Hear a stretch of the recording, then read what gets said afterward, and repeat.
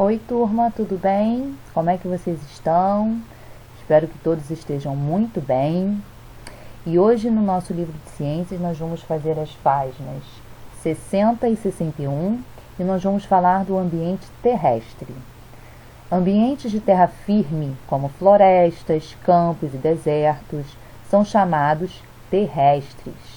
Neles, as variações de temperatura são maiores em relação ao ambiente aquático, porque muitas vezes o ambiente aquático, lembram, que é da água, né? Muitas vezes pode ser mais frio porque não bate muito sol, ou então por causa da profundidade que tem. E as variações de temperatura nesse ambiente terrestre, ela é maior, porque não precisa chegar a ter profundidade, porque o sol bate com mais facilidade, tá? E variação de temperatura é o quê? Quando está mais frio, quando está mais calor. A quantidade de água disponível em um ambiente terrestre está relacionada à diversidade de seres vivos que o habitam. O que isso quer dizer? Que a quantidade de água que tem no ambiente terrestre, ela vai estar relacionada aqui aos seres vivos que moram ali, a vários seres vivos. Ou seja, a maior quantidade de água em um ambiente permite que mais seres vivos habitem aquele local. Por que isso? Porque todos os seres vivos precisam de água para poder sobreviver, tá? Se a gente for pensar no deserto, qual é o animal característico do deserto? É o camelo.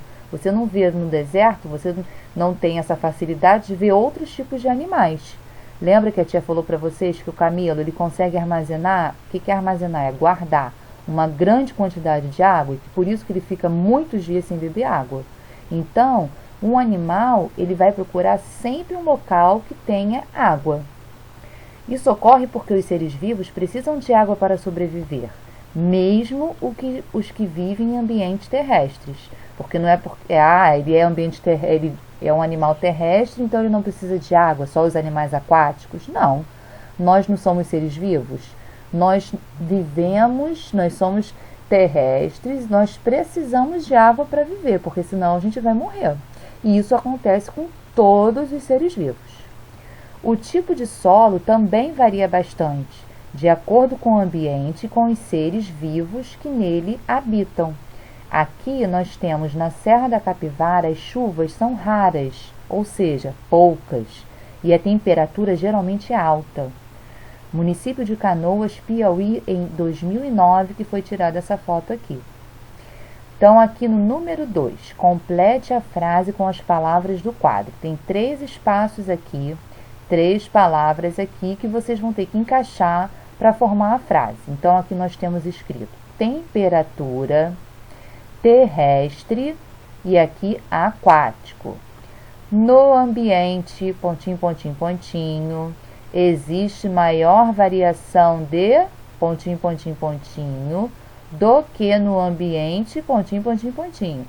Essa frase aqui, ela tá lá em cima do texto. No texto é só ir lá, se tiver dúvida, que dá para saber. Agora nós vamos ver aqui uma animação rapidinho. Vamos lá. Animais aquáticos e terrestres.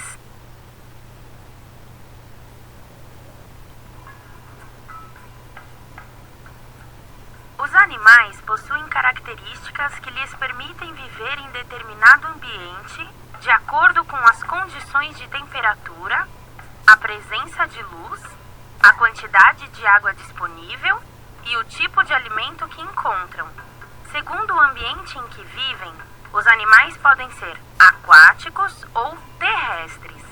Vamos saber mais sobre alguns animais. Veja o peixe-palhaço. Esse peixe vive nos mares, em águas pouco profundas. Tem nadadeiras para se movimentar e se reproduz por meio de ovos. As baleias jubarte são encontradas em todos os oceanos e mares do mundo e se beneficiam das diferentes temperaturas.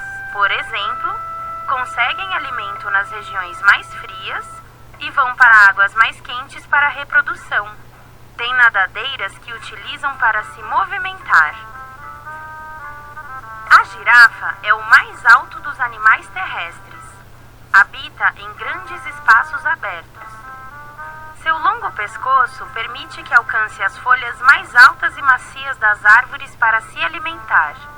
Sua pele é coberta por um pelo curto amarelo com manchas e possui cascos que lhe permitem correr a grandes velocidades para escapar de seu predador, o leão.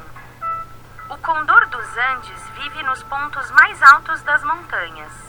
Em geral, alimenta-se de animais já mortos, mas também de ovos de outras aves ou de animais quase mortos.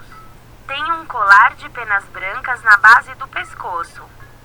O resto do corpo é coberto por penas pretas. Com as asas abertas, chega a medir até 3 metros de uma ponta a outra. É a ave com as maiores asas do mundo. Qual é o seu animal preferido? É aquático ou terrestre? Conte para seus colegas o que sabe sobre ele. Arrisque-se! E aí, qual é o animal preferido de vocês, aquático ou terrestre? Vamos continuar? Número 3, observe as fotos e responda. Aqui nós temos aqui a foto A, um ambiente que parece ser seco, né? E aqui, ó, com bastante planta, com água, o raio de sol chegando com bastante facilidade. Letra A.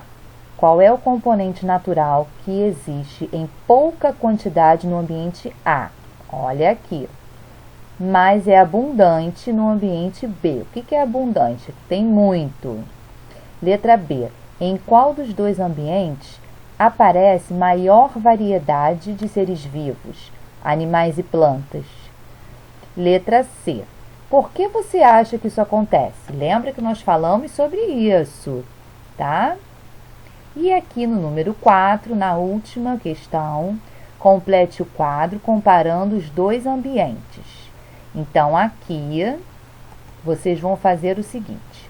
O gás oxigênio no ambiente terrestre, ele está disponível aonde? Na água ou no ar?